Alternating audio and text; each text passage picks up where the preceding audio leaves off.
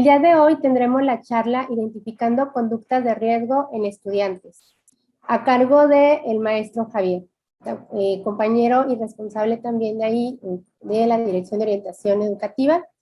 Y bueno, queremos agradecer la participación de los y las docentes de nivel medio superior, superior y de posgrado que nos acompañan. Mi nombre es Fabiola Rojas Lario, responsable del Programa Institucional de Tutoría de la Dirección General de Orientación Educativa y Vocacional. Voy a presentar a nuestro facilitador de esta charla. Nuestro facilitador es el maestro Francisco Javier López Pineda, quien es orientador educativo de la Dirección de Orientación Educativa Vocacional de la Universidad de Colima. Él es licenciado en Psicología por la Universidad de Colima, maestro en Psicoterapia Gestal por el Instituto Íntegro de Guadalajara, Jalisco, orientador educativo de la Dirección General de Orientación Educativa y Vocacional, profesor por asignatura de la Facultad de Ciencias Políticas y Sociales de la Universidad de Colima. Gracias, me da gusto ver virtualmente a tantos compañeros y compañeras. Fíjense que la situación y el contexto generó por distintas experiencias y roles que hemos tenido en la dependencia de orientación educativa y vocacional, y también gracias a todas las canalizaciones y trabajos conjuntos con muchos de los roles que ustedes desempeñan, pues podemos compartir algunas situaciones que ayuden a esta detección de riesgos psicosociales en el aula. Originalmente, cuando planeamos esta sesión, teníamos el contexto del regreso híbrido, y por ello es que le pusimos este apellido de en el aula. Ya ven pues que la señalización del semáforo ha modificado las dinámicas para el retorno a las actividades presenciales, pero de alguna forma la preparamos en este sentido. Vamos a revisar tres bloques, lo que es el riesgo psicosocial como tal, solo un poquito de contexto y ciclo vital, y propiamente algunas estrategias para detección de los riesgos. Vamos a, fíjense que di esta temática como un taller la semana pasada, en donde, bueno, con un poquito más de tiempo pudimos revisar y ejercitar las estrategias. Aquí lo haré de manera un tanto muy ágil. Y si hubiera alguna inquietud de su parte de profundizar un poco más, con mucho gusto les puedo compartir las bibliografías, los materiales ya concretos y específicos que en el taller se vieron con un poco más de tiempo y con ejercicio también incluso para práctica. Así que les presentaré de manera muy ágil este contenido para que podamos sacar provecho del tiempo. En esta cuestión es importante tener en cuenta este contexto. No les es ajeno a ustedes, lamentablemente, dada la circunstancia, y es importante hacerlo, en muchas de nuestras dinámicas psicosociales hemos vivido cada uno de nosotros y de nosotras de maneras distintas el contexto de este confinamiento social por la crisis sanitaria, por la pandemia. Movimientos económicos, movimientos laborales y lamentablemente también pérdida de seres queridos, algunos cercanos a nuestra familia y algunos cercanos en el contexto de lazos familiares. Por todas esas personas, pues hacer una pequeña reflexión de honra y pues por lo que aportaron y por lo que también nosotros a ellos les pudimos aportar. Esta pandemia, definida el 11 de marzo de 2020, declaró una situación, vuelvo a repetir, los contextos están dados, pueden ser enriquecidos por cada uno de ustedes, pero lo que sí estamos todos en el mismo contexto es que se incrementaron notablemente todas las circunstancias de nuestras estructuras subyacentes a nivel psicoemocional. Es decir, que si yo tenía ya algún pendiente por cualquier situación psicoemocional, todo evento traumatógeno viene a acelerarlo, viene a moverlo y viene a generar implicación de mucha vulnerabilidad. Ese es el contexto en el que estamos.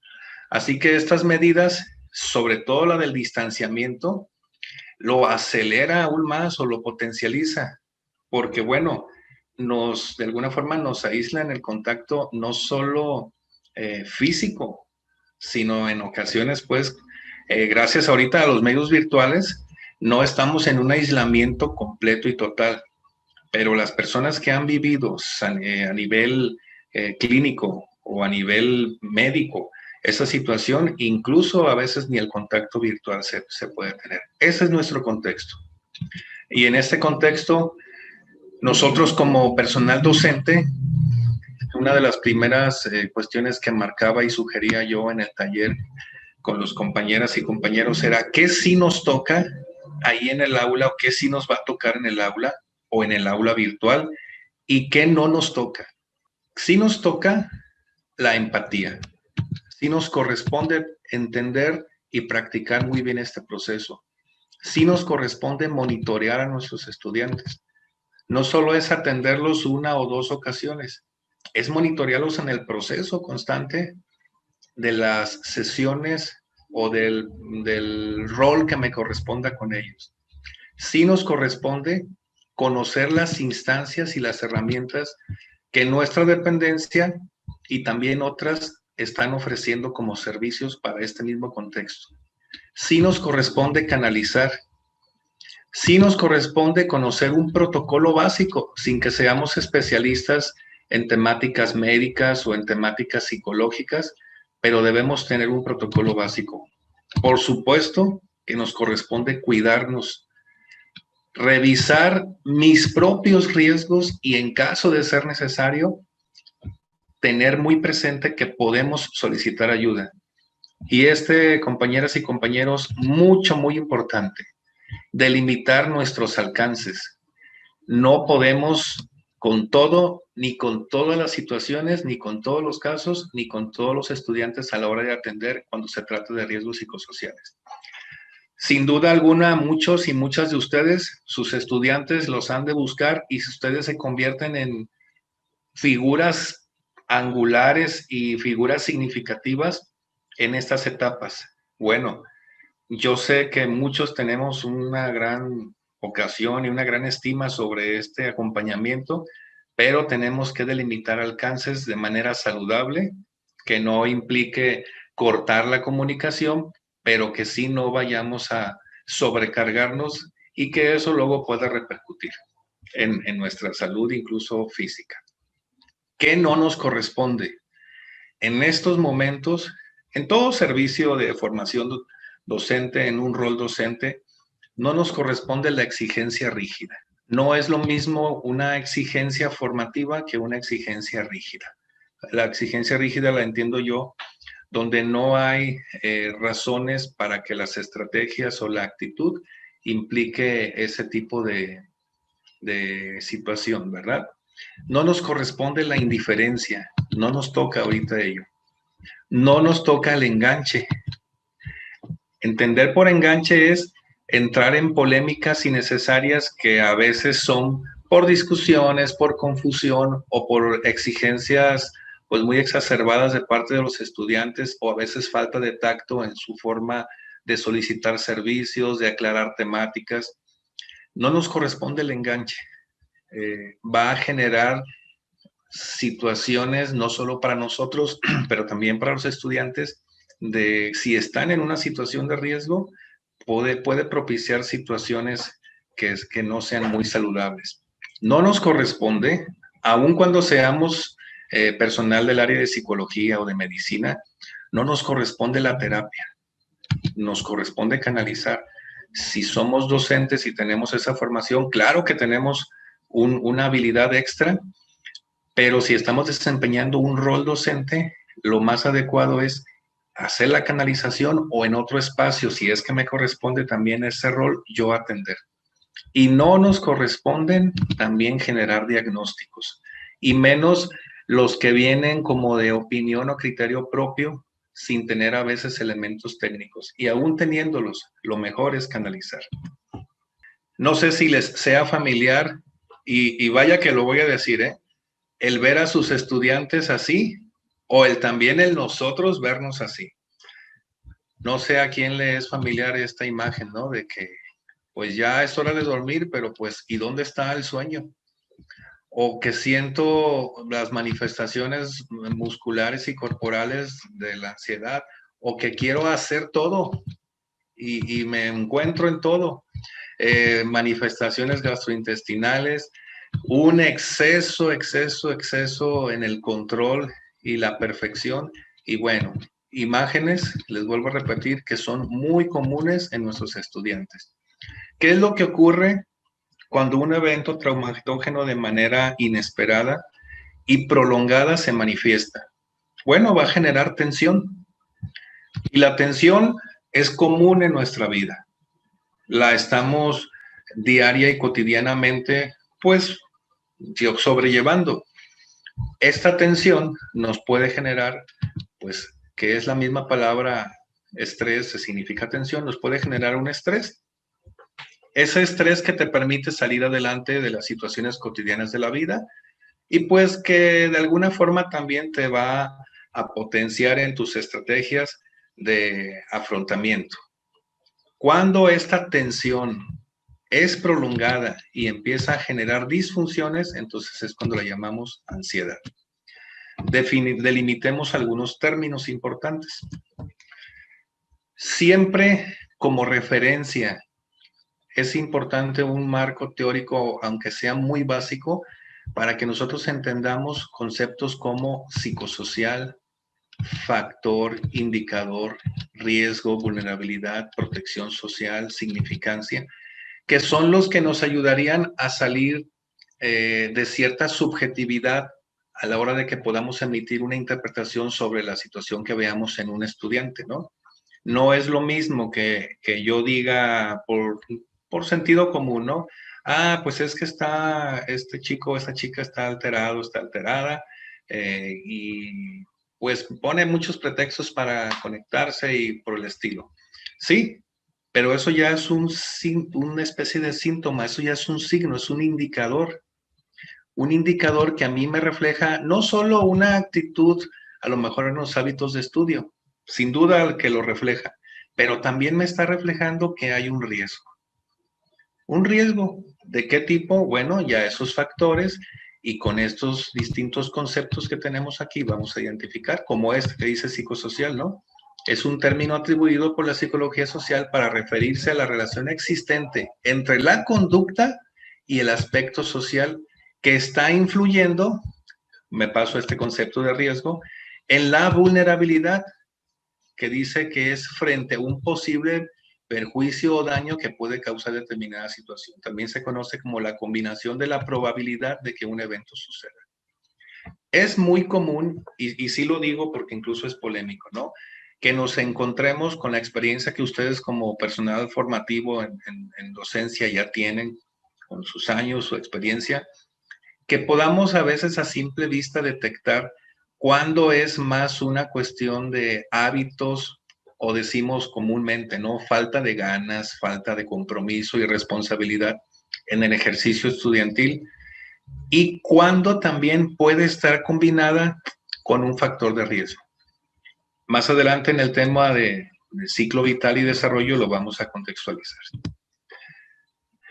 Esta presentación quedará grabada y vuelvo a repetirles, con mucho gusto en el archivo se los podemos compartir para que podamos no gastar tanto tiempo en leer cada concepto, pero sí quise presentárselos porque son como los básicos que debemos tener en cuenta a la hora de que querramos aplicar alguna detección de un riesgo. Entonces, estos conceptos van a estar disponibles para ustedes. Miren, este esquema me parece muy importante. En este tiempo de la pandemia hemos identificado ya conductas así en los estudiantes y lo refleja muy bien. La tensión general que nosotros vivimos de manera general, y eso es por el simple hecho de estar vivos. Vamos a compararlo con una cuerda. Una cuerda en estado de reposo empieza a tener tensión, pues se estira, pues hay que levantarnos, hay que pagar las cuentas, hay que ir al médico, hay que llevar a los niños, no sirve la conexión, hay que comprar equipo, hay que presentar el examen, quiero mis proyectos. Es la tensión común de la vida. A nadie le enferma esa tensión. cuando esa tensión en realidad lo que nos hace es desarrollar habilidades y después volvemos a un estado de reposo. Ya pasé el examen. Ah, bien. Ya terminé la clase y a preparar bien. Ya acabé el doctorado bien. Ya salí de esta situación. Eso nadie, absolutamente nadie vamos a pasarlo por alto. Lo tenemos que vivir. El problema es que cuando esa tensión se mantiene y ya deja de ser lo que técnicamente en psicología se conoce como un estrés positivo, un estrés bueno que se conoce como estrés. Se los puse aquí, miren, enmarcado en un cuadrito verde como tipo semáforo, ¿no? O sea, esa tensión es buena, dirán los estudiantes.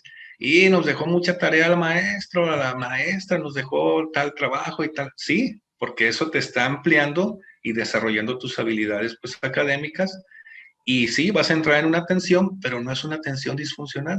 Cuando entregas tu tarea, después del esfuerzo que realizas, el estudiante ve que creció y que desarrolló una habilidad. Y entonces viene el reposo. Ese estado de tensión es favorable, EU3.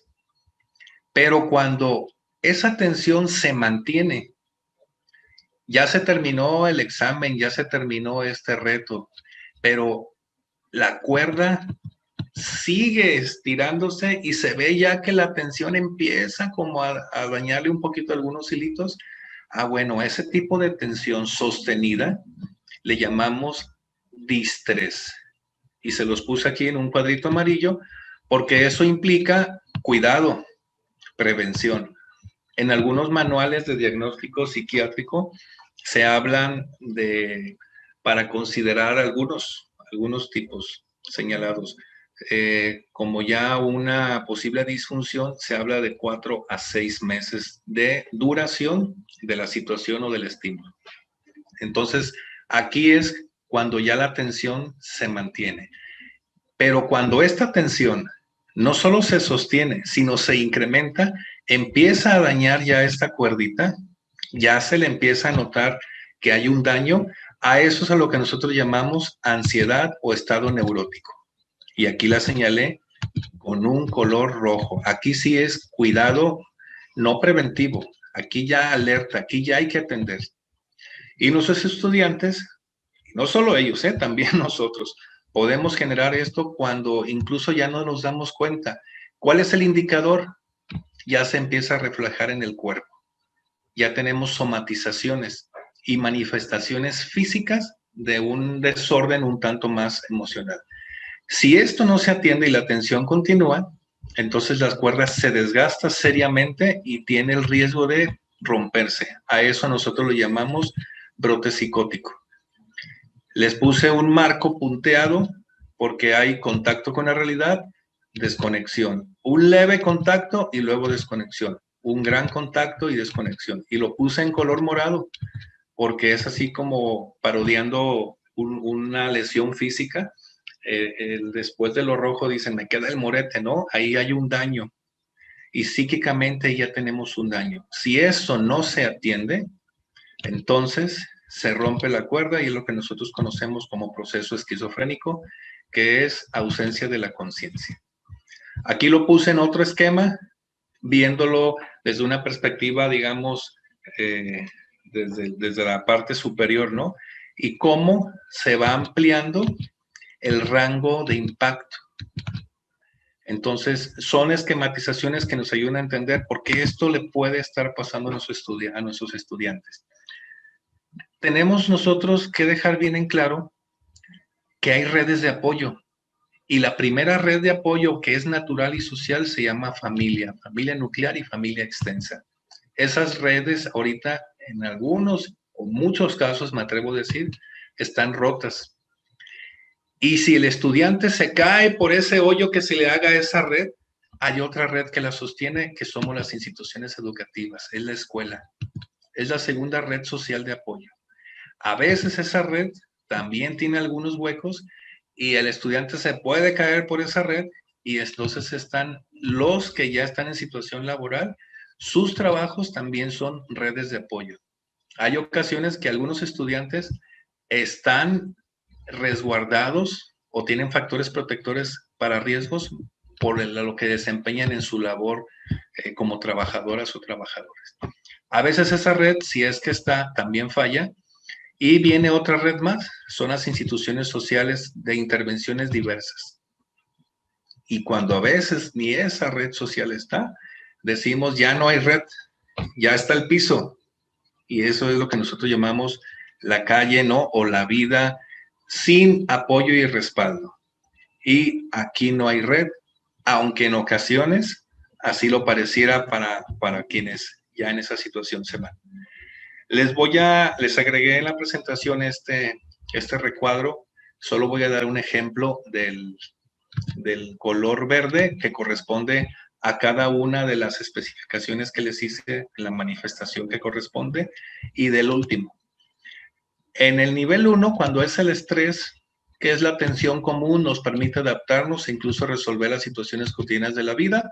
¿Qué acción se requiere? Bueno, fortalecimiento y expansión psicoeducativa, algunos cursos, talleres y atención familiar, pero educativa, no de tratamiento.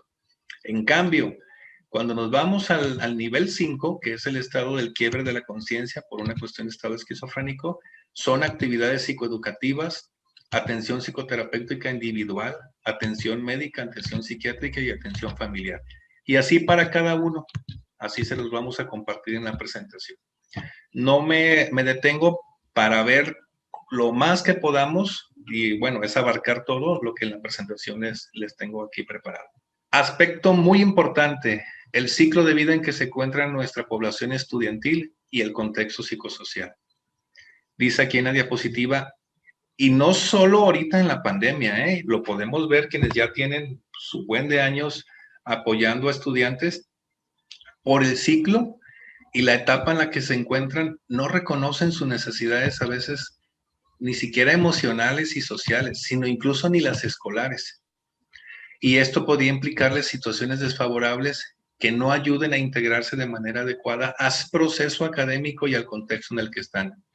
Es decir, como cuando un bebé pues no habla, no reconoce límites en el peligro, ¿no? Así como un bebé por su falta de maduración todavía para el contexto en el que está, psicosocialmente un adolescente, que es la etapa en que se encuentran nuestros estudiantes, no reconocen del todo esas necesidades, están en proceso de configuración y tenemos que tenerlo en cuenta. ¿Por qué? Porque están en la adquisición de un proceso identitario. Ese proceso identitario es, ¿y yo quién soy y qué estoy haciendo aquí? Entonces, la edad que biológicamente ellos cursan arroja características propias para este contexto. Y es muy importante el escenario de socialización. Y ese escenario de socialización en estos momentos para nuestra población estudiantil no está al 100%. Ahora sí que verdaderamente el mundo virtual se está generando y está actuando como una red social y socializante. Entonces, por eso hay una gran necesidad de reconocimiento y de pertenencia a un sistema que les genere seguridad, aceptación, inclusión y valoración. Y ahí es donde nosotros podemos generar un rol de impacto muy importante. Así que en un sentido específico, miren, ahorita nuestros estudiantes, la pandemia les modificó y van a tener conductas de incertidumbre, de desaliento, pérdida de salud, pérdida del trabajo y lamentablemente pérdida de la vida en integrantes de la familia, y esto ha sido una devastación sorpresiva para todos. Y entonces ahorita la vida de nuestros estudiantes se ve alterada en este importante proceso de su ciclo de vida, la socialización. Así que las respuestas que nosotros como institución hemos tenido para adaptar y para sobreponer de maneras creativas, ¿no? Y esto ha implicado pues el uso de la tecnología y la mediación. Hago un paréntesis y dicen algunos de nuestros estudiantes han dicho, me voy a esperar a que pase lo de la pandemia porque no puedo con la educación a distancia. Y me voy a esperar y ya al cabo el próximo semestre que ya empiece. No, espera. Ahí, aunque es verdad, ahí estamos ya identificando un signo, un síntoma también, y es una conducta de riesgo. Entonces, por supuesto, pero también hay que sobreponer, y ahí es donde podemos acompañar. Yo como docente me toca hasta cierto límite, pero para ello tendemos la canalización, y ahorita lo vamos a ver. Estoy tomando como referencia una teoría muy clásica de un autor llamado Erik Erikson, donde él, por el desarrollo biológico, nos hablaría de una etapa en la que el proceso a lograr es la identidad, y cuando no se logra, generar en la conducta de los estudiantes o de la persona del ciclo vital confusión. Es decir, saber quién soy y qué quiero en la vida. Obtener seguridad, independencia y ser capaz de aprender mucho. Y bueno, lo contrario, pues es inseguridad y no saber lo que se quiere. Ahora bien, algunas estrategias muy concretas para que, sin ser psicóloga, sin ser médico, sin tener un rol de preparación, pero que sí tienes, voy a usar esta palabra importante, la vocación y la actitud, y tú eres de esos maestros y maestras que, como las abejas al panal, los estudiantes te buscan, te platican, te piden, te tienen gestos afectivos muy buenos y saludables, o sea, te ven como una figura, y luego tú dices, híjole, ¿qué hago? Ya me dijo que esto, ya me dijo aquello, y ya no sé, y a veces tú le quieres ayudar a resolver no solo la situación académica, sino también su situación familiar, su situación económica. ¿Por qué? Bueno, en la experiencia y algunos escenarios en los que hemos compartido, ustedes tienen esa actitud para con muchos de ellos. Entonces, ¿cómo le hacemos para detectar dentro de todas esas conductas posibles riesgos y qué canalizar? Que las puedas hacer a lo mejor en el aula, que las puedas hacer a lo mejor en una videollamada o en una sesión grupal virtual, y que te puedan dar algún dato, el mínimo que te permita generar una canalización o una intervención adecuada con un protocolo muy básico. Se los comparto a continuación. Estamos en esa tablita presentando como la dimensión o el área y el aspecto a hacer. Institucionalmente, es lo primero que tenemos que checar. ¿Por qué? Porque trabajamos en una institución, y es una institución formativa, no es una institución correctiva, ni es una institución de salud. Entonces, a los primeros medios que debemos tenerlos bien en cuenta y utilizar son los que nuestra institución por protocolo nos ofrece para poder detectar riesgos psicosociales. El primer factor en que tú puedes revisar que algo no anda bien son las calificaciones. No son el todo, pero si tú notas un bajo desempeño académico y eso se refleja en una calificación, ya tienes un indicador. ¿Qué te recomiendo y qué te sugiero? Habla, monitorea al chico o a la chica. ¿Qué pasa? ¿Por qué la materia reprobada o por qué la baja calificación? Y encontrarás ahí algunas situaciones importantes. Su desempeño también, si lo ves o la ves que no habla o que te quiere acaparar en la sesión, el exceso o el defecto de su desempeño, también eso es importante. Para todos ustedes es conocido que tenemos en el SAESTUC lo que llamamos como la ficha de identificación y también el cuestionario del IMAI. Tenemos el acceso a ello dependiendo del rol que desempeñas, tutor, coordinadora, docente, orientadora, orientador. Ahí podemos entrar y esta información muy importante, que si la revisamos pues con detenimiento, podemos así como relacionar, ¿no?, indicadores y tener información importante.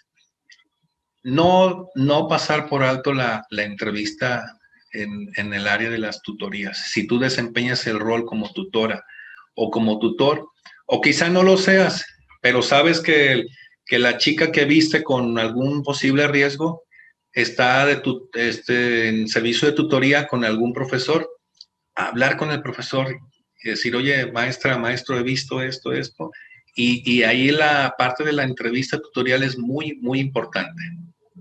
También, compañeras y compañeros, el servicio de orientación educativa. Clave, porque hay todo un programa específicamente elaborado para atender este tipo de situaciones. Hay que conocer también todos los programas de apoyo que tenemos en áreas de medicina, enfermería, nutrición, deporte, pedagogía y psicología. Y lo más importante, informar. Hay que informar, vas a respetar la cuestión de la confidencialidad, pero sí informar cuando tú detectes algún posible riesgo a tu personal directivo y hacer la canalización correspondiente. Eso sería lo primero. A nivel físico, ¿en qué nos vamos a fijar? En su estado de salud general y sobre todo cuando ves alguna sintomatología de una enfermedad, su condición económica y en caso pues también de embarazo, ¿verdad? Y no solo a la chica o a la mujer, que es en la que físicamente no, es notable, es quien tiene la vulnerabilidad, pero también pues a quien, con quien generó este embarazo, ¿no? A algunos aspectos psicológicos, bueno, emocionalmente podemos tener algunas sintomatologías de depresión, de dependencia a sustancias, de riesgo en cuestiones de la sexualidad, de ideación o intento suicida, consumo de sustancias o conductas también antisociales. Todos estos son puntos importantes que si los detectamos hay que avisarlos y hay que canalizarlos también. Y algunos a nivel de psicológico, pero en la esfera mental, dificultades para el aprendizaje que tienen que ver con aspectos meramente cognitivos y algunos aspectos ya psiquiátricos. En el aspecto, la dimensión social, bueno, la relación de pares y la relación de parejas. Cuestiones de aislamiento, cuestiones de violencia, bullying y muy importante ahorita, compañeras y compañeros, el ejercicio en las redes sociales. ¿Por qué? Porque ahorita prácticamente es el medio de socialización. Y finalmente, en la familia, sobre todo cuando hay una disfunción en los roles familiares.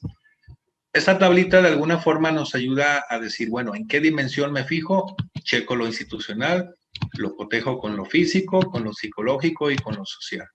Si se fijan, no tiene de alguna forma como terminología técnica. Es algo que con la formación que tú has adquirido y la experiencia docente, fácilmente lo podríamos identificar. Bien, lo digo porque a veces con tanto programa, tanta cuestión administrativa, a veces se nos olvida que tenemos ahí a la mano este programa institucional de las tutorías y ahí tenemos todos estos elementos, ¿no? El IMAE, el CITAE y la ficha de identificación. Les hacía un ejercicio a algunos compañeras y compañeros y les decía, a ver, ¿qué quiere decir CITAE? Y a veces nos pasa que sí sabemos, pero no me acuerdo lo que quiere decir. ¿Qué quiere decir IMAE? Sí, es que sí, que ahí está. Entonces, tenerlo pendiente y estarlo explorando de repente, sobre todo cuando veas algún posible riesgo en tus estudiantes. Ahí está la información y ahí a veces podemos cotejar y relacionar variables de riesgo que nos permitan muy a tiempo canalizar o hacer la intervención que nos corresponde de manera adecuada. Si no tenemos una observación con ingrediente de interés y de empatía, en donde yo le refleje a la población estudiantil, hey, verdaderamente me importas. Muy, muy, muy difícil será el que podamos nosotros detectar de esos riesgos que son más sutiles y que no se ven a simple vista. Y que puedes tener un estudiante de puro 10, de un gran desempeño, de una excelente actitud y que esté en un riesgo. ¿Por qué? Porque muchas de estas condiciones generan inseguridad, aislamiento y no dan ganas de compartir en ocasiones. Y cuando se comparte, no siempre se comparte el 100%. Entonces, ¿qué ayuda a que la actitud de apertura esté en la población estudiantil cuando está bajo un riesgo complejo? Que ellos y ellas sientan interés y empatía de parte de quien nos estamos observando. Entonces, hay que conocer los apoyos que tenemos. Surgió ahora con la situación del confinamiento por la pandemia sanitaria el Programa Universitario de Salud Mental y Apoyo Psicosocial. Fue presentado por Rectoría en organización y colaboración de varias dependencias y facultades donde como trabajo social, nutrición, psicología, CEDEFU, el Centro de Atención Psicológica, Orientación Educativa, estuvieron presentes en su elaboración. Y el proceso para la solicitud de ese servicio, el cual está, tú lo puedes visualizar en los servicios ahorita de todo este funcionamiento de mediación virtual, y todos los programas ya ven que nos han dado varios documentos que están disponibles en la página de la UDC, en el cual nosotros podemos acceder para saber de protocolos, para saber de lineamientos y reglamentos ahora con lo de la pandemia. Les invito a que revisen este. En orientación educativa lo implementamos con padres y madres de familia ya desde hace 2 semestres y hemos estado trabajando en esta parte de apoyo psicosocial para el contexto sociofamiliar de los estudiantes. Entonces ahí vas a encontrarte todos estos lineamientos y protocolos y cómo poder servir. Esto ayuda mucho en los riesgos psicosociales. La básica y que todos por sentido común podemos ubicar, pero en un estudiante hay que checar su ubicación temporoespacial, es decir, que esté ubicado en espacio, en dónde estoy, que esté ubicado en tiempo, qué día soy y que esté ubicado en persona, ¿no? ¿Quién soy? Atención y observación con interés. Y a veces, en ocasiones, aquí en el escenario virtual, así ha pasado, ¿no? Y puede ser que no me refiero a esa desorientación en la que te preguntan, oye, ¿qué día es hoy? Y a veces de verdad ni te acuerdas, ¿no? La fecha sobre todo. No estamos ahí desubicados o desfasados temporoespacialmente. Eso es una distracción. No, me refiero a la profunda, a la que de repente el alumno tú lo notas o te dice, ay, ¿cómo que qué día es hoy? Sí sé quién soy, sí sé dónde estoy, pero no me puedo acordar de la fecha. Ese es un dato importante a revisar, esta ubicación temporoespacial. Y esa es notable a simple vista. Lo podemos detectar y es así como muy escandaloso porque efectivamente hay una desconexión en alguna de las áreas. Ahí, importante, inmediatamente canalizar. Hay unos rasgos que te pueden servir y que siempre van a ayudar como una detección inicial, que tiene que ver con las caracterologías. Esta aportación tanto de la medicina y de la psicología habla de que de acuerdo a ciertas características físicas por desarrollo embrionario, vamos a tender a tener un factor predominante de comportamiento y eso se puede manifestar en la estructura que físicamente presentamos.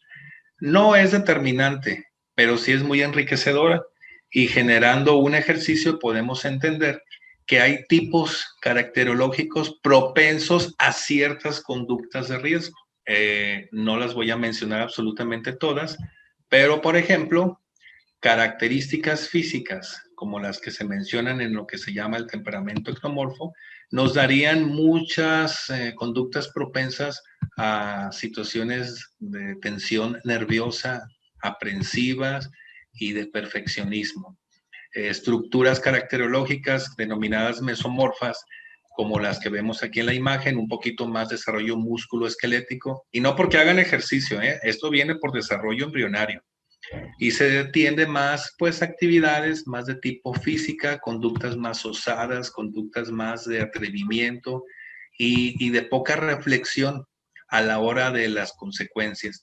Y conductas que tienen que ver con caracterología o tipologías de cuerpo denominadas endomorfos, como las que se mencionan aquí en las gráficas, que hay más desarrollo visceral, bueno, que son conductas más de tipo sentimental, más apacibles, y que bueno, vuelvo a repetir porque es importante, no es determinante así como A más B igual a C, pero si logramos rescatar el factor de caracterología y de disposición, lo combinamos con escenarios sociales y con ciertos estímulos, podemos alcanzar a veces a predecir conducta.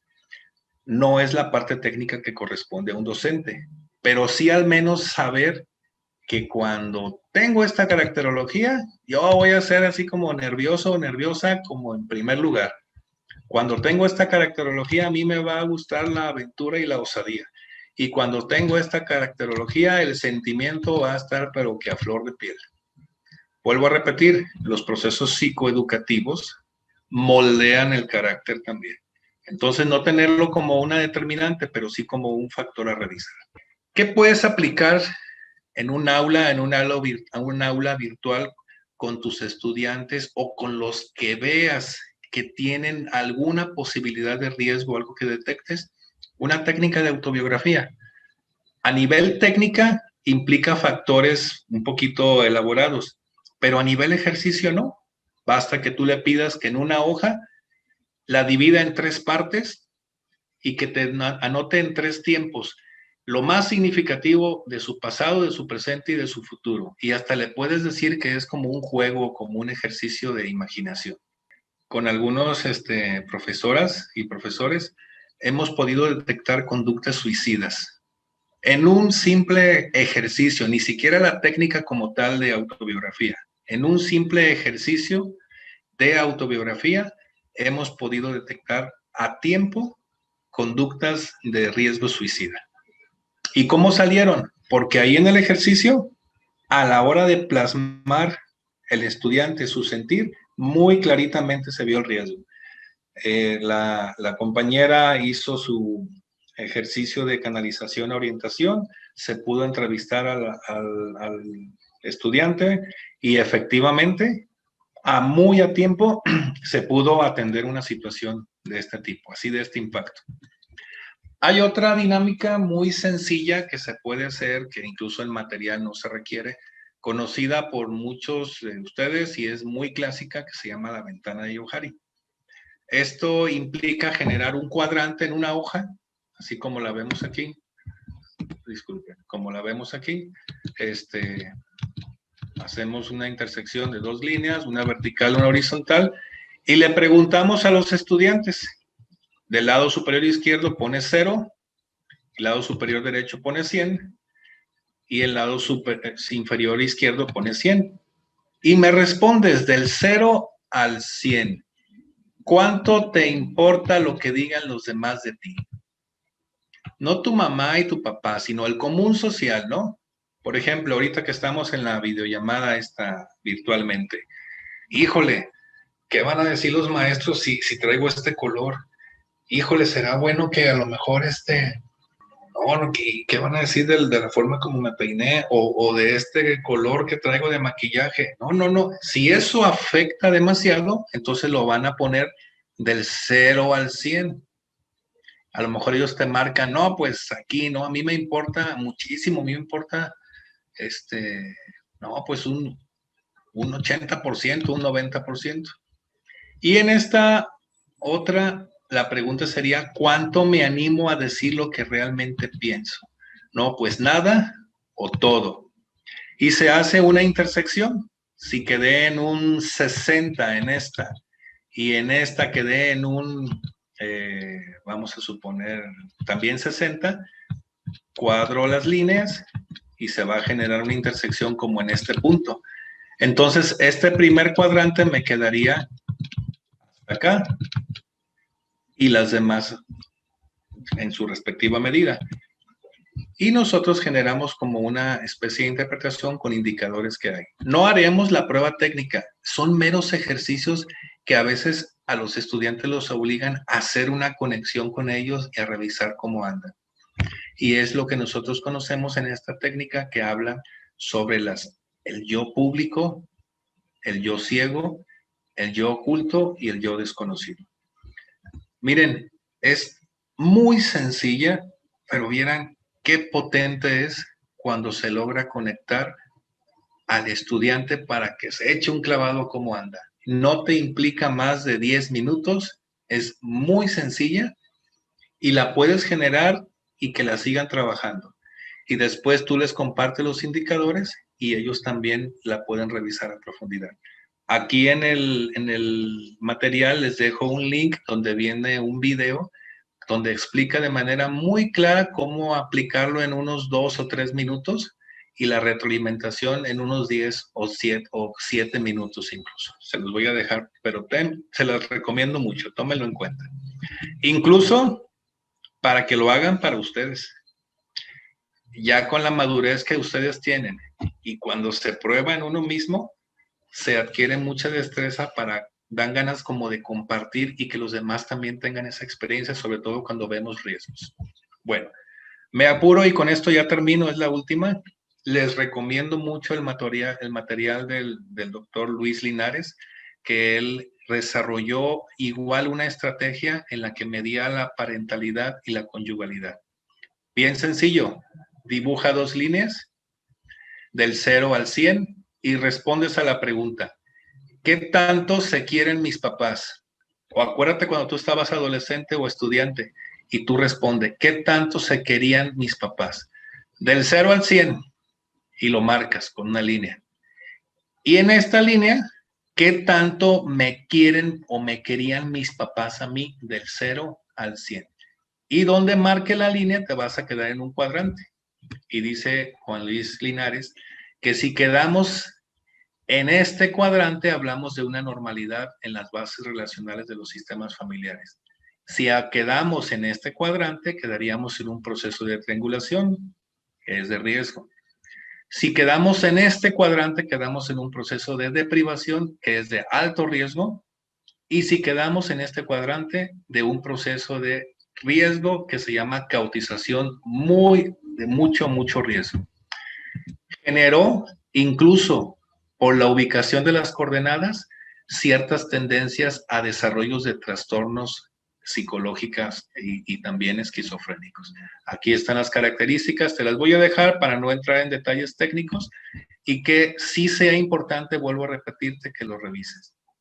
Esas técnicas no te llevan mucho tiempo, las practicamos en el taller, se hicieron muy rápido y salieron resultados muy enriquecedores.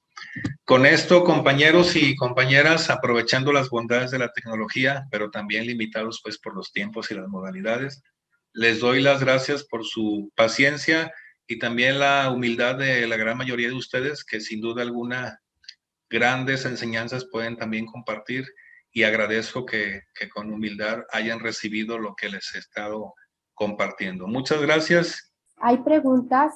La primera pregunta que hacen es, ¿cuál es el factor o indicador que te dice que atraviesa por uno de esos estados para llegar a la esquizofrenia? O sea, ¿cómo identificarlo? Por lo general es gradual.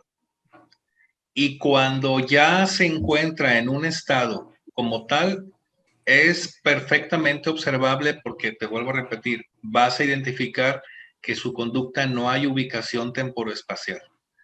Voy a citar un ejemplo un tanto imaginario, pero real, ¿no?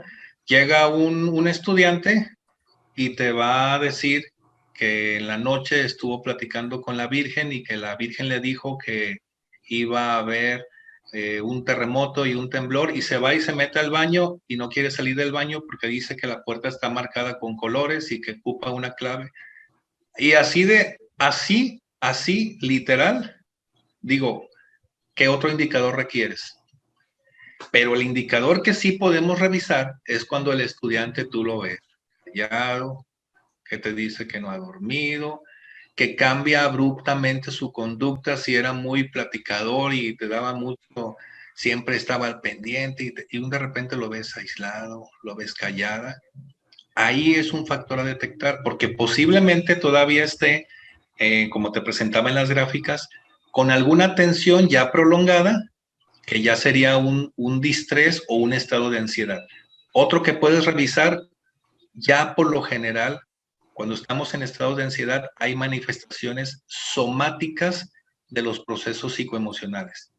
Ya trae algún malestar prolongado y ya van 5 o 6 sesiones y tú lo ves igual, que le duele la cabeza, que ya te avisó que no se va a poder conectar, que fue al médico. Ahí ya son indicadores somáticos, y cualquier indicador somático es que ya en el cuerpo está manifestándose, ahí ya estamos hablando de un color rojo. Tú lo puedes ver en ti, El dolor de cabeza ya tiene año y medio, no avanza, pero no se te quita. Bueno, está degenerando algo en ti o está provocando algo y no me voy a atender porque pues es un dolor de cabeza que siempre lo he tenido. ¿Y cuánto tiene el dolor de cabeza? No, pues ya como 3 años. Eso ya es un estado de ansiedad. Entonces, bueno, espero que ayude esto a identificar cuándo ya tenemos que tener la precaución de no solo preguntar, sino incluso ya intervenir, ¿no? O llamar al estudiante, oye, ¿cómo estás en esta situación? Dice, desde el confinamiento social creo que se ha debilitado más esta labor de la tutoría por diversas circunstancias, desde la apatía o limitación como tutor hasta los mismos estudiantes en su participación. Desde esta perspectiva institucional, ¿qué se pretende hacer? Bueno, me permito decirles que se encuentran frente a la coordinadora del programa de tutorías, así que, bueno, no le va a tocar responder a ella como tal, pero yo sí les diría, comuníquense con la maestra Fabiola, comuníquense con su coordinador o coordinador de tutorías en el plantel o la dependencia donde se encuentran, porque hay protocolos muy establecidos que a veces, por todas las funciones, ustedes lo saben que administrativamente tenemos, a veces no siempre estamos al tanto, ¿no? De las herramientas y de los programas y de los ajustes que se están cuadrando. Ahí el principal que yo les diría es, si ves cualquier situación de riesgo, vete en la escala que te comentaba en la primera tablita, calificaciones. No entra a tus sesiones. Disculpen la forma que voy a decir, ¿no? Que tú dices, no, ya conozco a ese muchacho, así es, así le hace siempre. Solo en ordinario ya se aparece y quiere. Eso ya es una señal. Sí, a lo mejor tiene que ver con sus hábitos, tiene que ver con falta de responsabilidad, pero indudablemente esa conducta ya te está diciendo que también hay un factor psicosocial. No lo exime de responsabilidad, al contrario, hay que ayudarlo en la toma de responsabilidad, pero tampoco lo exime de que esté en una situación de riesgo. Entonces, pues no vas a solapar la irresponsabilidad. Lo único es que no vas a posar por alto un posible riesgo. Y si ese riesgo es por falta de hábitos, por falta de responsabilidad, canalízalo a tutoría. Y en tutoría, si rebasa los aspectos académicos, ¿qué hace una tutora o un tutor? Se lo manda a orientación educativa. Y en orientación educativa hay para todas las dimensiones de atención familiar, de apoyo al aprendizaje, profesiográfico y de riesgo o de vulnerabilidad también. Bueno, hay otra pregunta y ¿qué diferencia hay entre consumo de sustancias y dependencia a sustancias?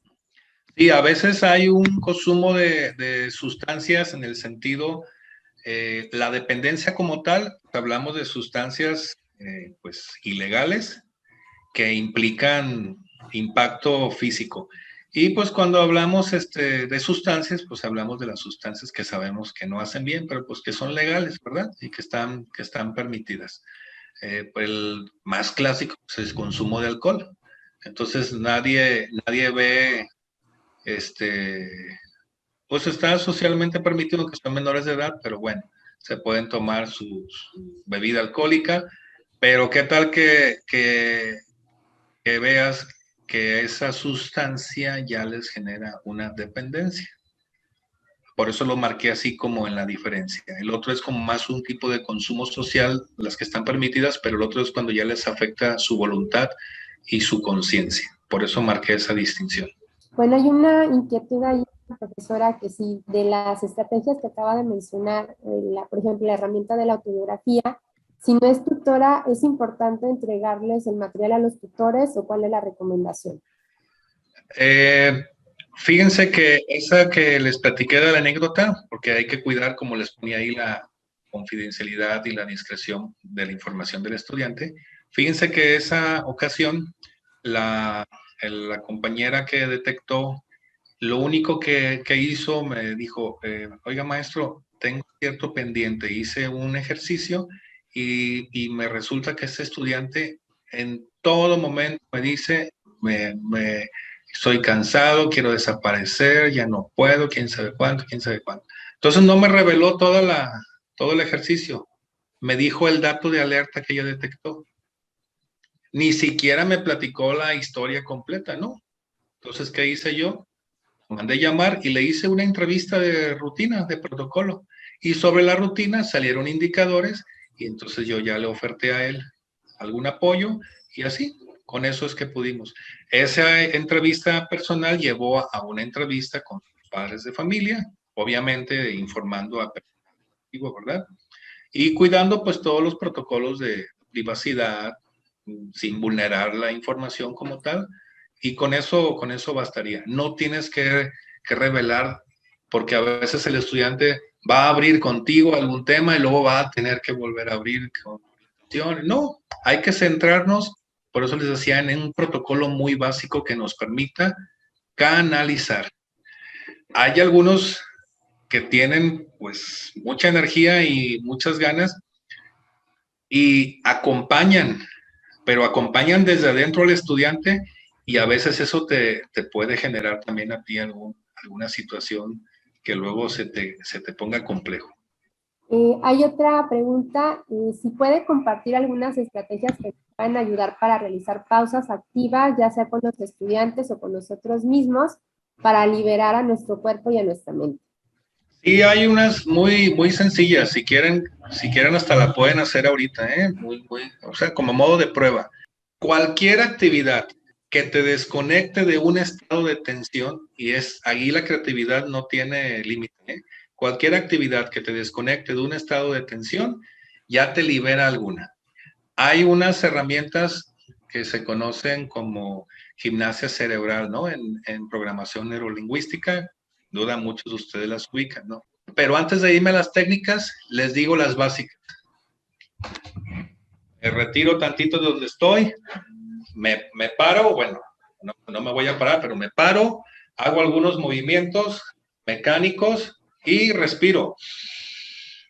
Y suelto. Respiro y suelto. Ese es el más natural que tenemos. Dile a tus estudiantes, a ver chicos, levántense, respiren, enséñame las manos, abran la sierra, o sea, genera movimiento, que mecánicamente haya movimiento. Dices, denle una vuelta y cada quien póngame una cara de chiste, ¿no? Y mueva, o sea, cualquier movimiento, eso ya te genera pero rápido, pero rápido. Bueno, ese es como más divertido, pero algo más técnico, algo bueno, algo más técnico. Oigan, tómense aquí esta parte de su frente, generen una pequeña tensión, un pequeño como si fuera masajito, apriétense aquí, van a sentir como unas bolitas y no son las muelas. Ah, es tensión. Ay, sí, ay, aquí me duele. Y vas guiando a los muchachos. Vas guiando. Oigan, respiren. A ver, por como me aparece en la pantalla, ¿qué sentiste? Ay, me dio comezón. ¿Qué? Ah, esas pequeñas actividades hacen que se quite tensión. Hay una muy buena que se llama la respiración de Jacobson, que implica ya una técnica un poquito más elaborada y si te va a pedir al menos unos 8 o 11 minutos, que las puedes hacer a lo mejor en unas sesiones intermedias de tus clases. Yo les invitaría que en ese sentido, si con gusto, acérquense al personal de orientación educativa, porque en el programa que tenemos para sus estudiantes, bueno, que también son nuestros estudiantes, vienen considerados todos estos puntos. Hay ejercicios, hay estrategias, hay técnicas. Les recomiendo mucho que le digan al orientador de su plantel, que les pase el enlace del Classroom de los grupos que vamos a trabajar y ustedes ahí pueden ver qué temáticas hay y cuáles pueden ayudar para tus estudiantes. Y no se les olvide del programa también de tutorías. Se los digo así porque hay infinidad, ¿no? Y a lo mejor ahorita el tiempo no va a permitir comentarlo así con tanta profundidad. Y si fuera necesario, con gusto, está el correo electrónico de su servidor y con mucho gusto les paso ahí materiales que puedan servir. La hacen en este contexto de mediación tecnológica y visualizando la figura docente, ¿cuál es la relevancia o riesgo de establecimiento de límites de horario de atención al estudiante? Por parte de nosotros como docentes, sí. Bueno, ahí para mí el principal es para que tú no te vayas a sobrecargar y para que tú no te vayas a llevar a casa. Es que miren, de verdad, sí pasa, ¿no? Cuando te preocupan los estudiantes, Y tienes, voy a decir ese término muy coloquial, tienes corazón de pollo, ¿no? Y estás viendo la necesidad y sí, ayudas y todo, pero te vas cargando, te vas cargando, te vas cargando y a veces sin darnos cuenta ya estamos hasta el cuello de involucrados y ese sería para mí el principal riesgo. Hay que utilizar la ayuda que verdaderamente ayuda. Y la ayuda que verdaderamente ayuda se llama canalización. De parte tuya, esa empatía y ese interés es lo que necesita el estudiante, porque muchas veces va a haber en ti una figura significativa que venga a suplir alguna, como su padre, como su madre, con la que no la tengan y pues van a recurrir a ti. Entonces, no soy tu papá ni tu mamá, pero sí soy un profesor, una profesora que con empatía y con interés te acompaño. Y la principal forma que tengo de acompañarte es escucharte y canalizarte. Y lo sigues monitoreando, ¿eh? No quiere decir, ya se lo mandé a orientación y ya me desconecto. No, no, tú puedes seguir en contacto con él y vas a ir viendo su proceso de evolución. Pues mira, hay muchas felicitaciones por la presentación. También solicitan que puedan compartir la presentación, que Mucho gusto, claro que sí. pues, la verdad que han sido muy útiles. También hacen la invitación para que se sigan haciendo este tipo de actividades que fortalecen y enriquecen la formación de docentes para dar una mejor atención y acompañamiento a nuestros estudiantes. En la Universidad de Colima, Dirección General de Desarrollo Profesional Académico, otorga la presente constancia a Francisco Javier López Pineda por impartir la charla Identificando conductas de riesgo en estudiantes en el seminario Recursos y habilidades transversales para la docencia como parte de las jornadas académicas 2021 Formación Docente para la Enseñanza Híbrida, en el marco del Programa Institucional de Formación Docente el 11 de agosto del 2021 en su modalidad en línea con duración de 1 hora y valor curricular. Atentamente, Estudia Lucha Trabaja, Colima Col, agosto de 2021, firma la doctora Marta Eugenia Chávez González, directora general de esta dependencia. Entonces, agradecer a cada uno su asistencia y que tengan una linda mañana. Muchísimas gracias.